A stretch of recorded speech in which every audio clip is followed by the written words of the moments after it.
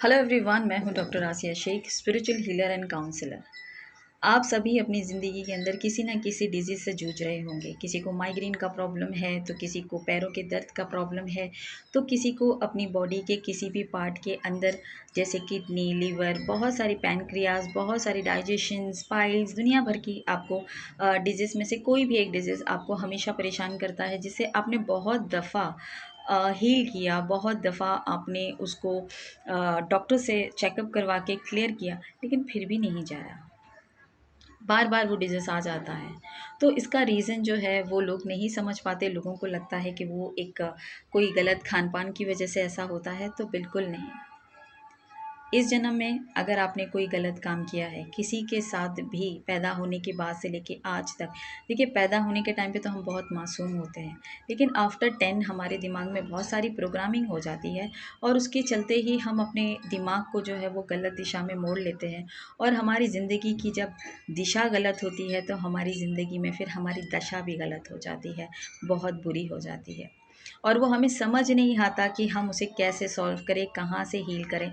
तो उसके लिए जो है आपको ये समझना होगा कि कौन सा डिजीज़ किस चीज़ के लिए और किस कर्मा के लिए किया जाता है। जी हाँ, आप बोलोगे ये कर्मा कहाँ से बीच में आ गया। कर्मा का मतलब होता है वो अमल, जैसे हम कहते हैं ना कि हमारे आमालनामे में सब लिखा जाता है, हमारे कार्मिक बुक्स में लिखा जाता है, तो बिल्कुल लिखा जाता है। अगर आपने इस जन्म में किसी के साथ भी कुछ गलत किया है या पास्ट लाइफ में भी आपने कुछ गलत किया होगा, तो अगर जिसको जन्मजात कोई प्रॉब्लम होती है तो वो पास्ट लाइफ के कर्मा उसको साथ में लेकर आते हैं। लेकिन अगर इसी जन्म में आप बिल्कुल ठीक थे और सडनली आपके साथ में कुछ ऐसे डिजीज़ हो गए हैं जिसकी वजह से आप उसको हील करना चाह रहे हैं, मगर वो हील नहीं हो पाता, आप डॉक्टरों की दवा ले लेके आप थक चुके हैं। तो अगर ऐसी प्रॉब्लम में आप भी फंसे हैं तो आपको भी ये देखना होगा कि आपने कौन से कर्म किए इस जन्म में जिसकी वजह से आपको ये झेलना पड़ रहा है। ऐसी डिजीज़ जिसको आपने बहुत इलाज किया, एक ही डिजीज़ की बात करें, वो डिजीज़ नहीं जो आप एक बार बीमार होते हैं वहाँ पे आपने ठीक किया तो आपके सर में दर्द चालू हो गया, आपने सर का दर्द ठीक किया तो आपके पैरों में दर्द चालू हो गया, आपने पैरों में ठीक किया तो आपके शोल्डर में दर्द चालू हो गया। तो ये जो चीज़ें हैं ये भी एक एनर्जी है जो किसी और ने आप पर भेजी होती है।